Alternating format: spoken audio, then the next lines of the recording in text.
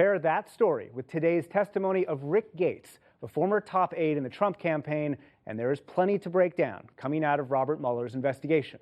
Here to help make sense of it all, we turn to Tamara Keith of NPR and Eliana Johnson of Politico. Welcome to you both. Tamara Keith, so is it a big deal that Trump tweeted this yesterday? It's something that he said in the past? It is something that he has precisely said in the past.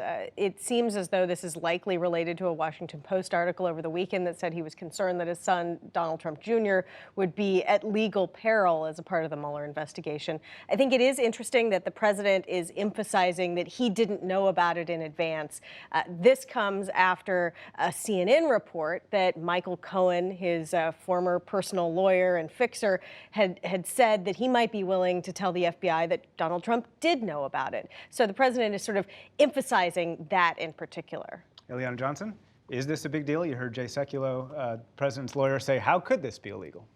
Well, I think the first thing to note is that we know Bob Mueller is the special counsel is looking into this, and it would certainly be a big deal if Bob Mueller were to find that the president's son, who was an integral part of his campaign, were criminally at fault in any way. And that is why, even though we don't know that the president knew about this in advance, the president seems to be intervening and has then involved himself in this whole thing. At first, helping his son craft a response to a New York Times story, and now offering a different response. So the president it seems, has embroiled himself in this by helping, or by being concerned that his son may be criminally liable. And the crime really would be, it is illegal to take anything of value from a foreigner to help an American presidential campaign or any kind of political campaign.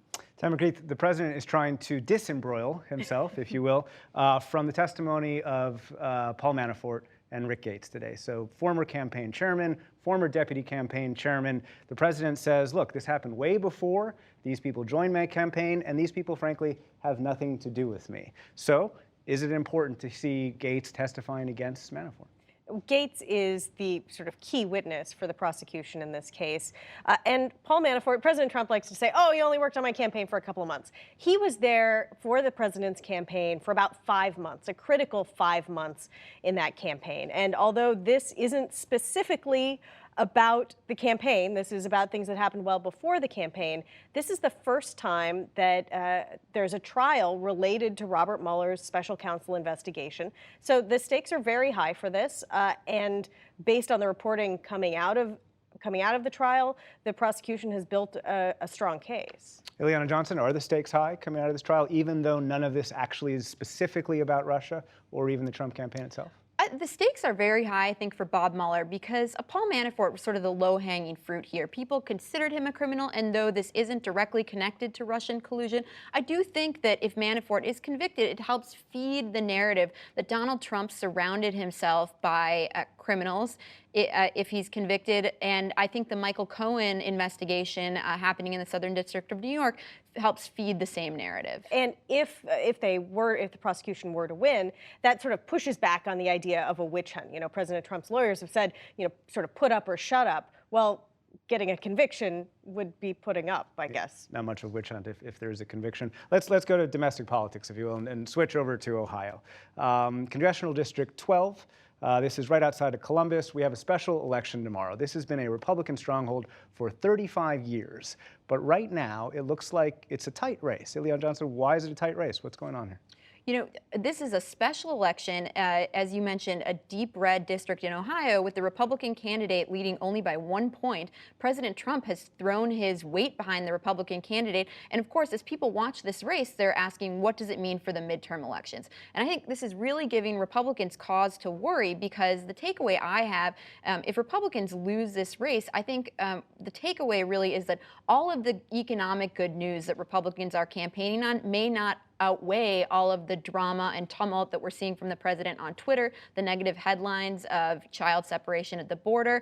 People have said, you know, look, Americans vote their pocketbooks. If Republicans lose, that's a real dire warning sign, I think, for November. Tamara Keith, it seems to me that special elections are tough, right? They're tough to understand whether they're parts of waves or not parts of waves or just totally local issues. So do you believe that special elections are a bit of a bellwether for how things could go over the next few months? There have been a lot of special elections this year. year, and in those special elections, even in the races where Democrats lost, they outperformed, the candidates outperformed how Hillary Clinton performed in 2016. One thing that I'm watching for with this particular special election is the sort of revenge of the suburbs. The suburbs have been rising up and favoring Democrats or pushing more towards Democrats, more independent voters leaning away from President Trump's party since the 2016 election. So that'll be something to watch. And then one other election that we should bring up, the governor race in Kansas. And we saw a presidential tweet endorsing Chris Kobach. And the tweet reads, "Chris Kobach, a strong and early supporter of mine, is running for governor of the great state of Kansas. He's a fantastic guy who loves his state and our country. He will be a great governor and has my full and total endorsement. Strong on crime, border, and military. Vote Tuesday." Kobach, as the president tweeted, not perhaps a surprise, right? Strong and early supporter of the president, or should we be surprised about this endorsement? You know, not surprising because it's this president who has really bucked tradition by getting involved in primaries in his own party. And unlike these special elections where Republicans have faced Democrats and Trump doesn't have such a strong record, he really has shown an ability to tip the scales in Republican primaries where the Republican base remains loyal to the president, and they have shown that a Trump endorsement makes a difference. This Kansas race, very crowded Republican primary, and Trump's endorsement really could help Kobach in what is a 7-way race. Tamara, President Trump's endorsement hasn't always helped, right? I mean, there's a bit of a mixed record on that. Can the president's endorsement help on this, and how closely should we be watching this race? This endorsement comes pretty close to the day of voting. Certainly the president will be watching to see how it turns out. Everyone will hang this on the president depending on which way it goes. But I think this is also a signal. Kobach is a candidate who is very Trumpy. And he, in fact, led up the president's election fraud commission that fizzled in a big way.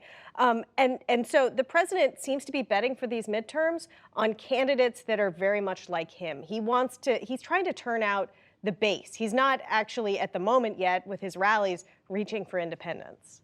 Ileana Johnson, is it controversial for him to endorse this particular candidate? And can he be as Trumpian as Trump, if you will?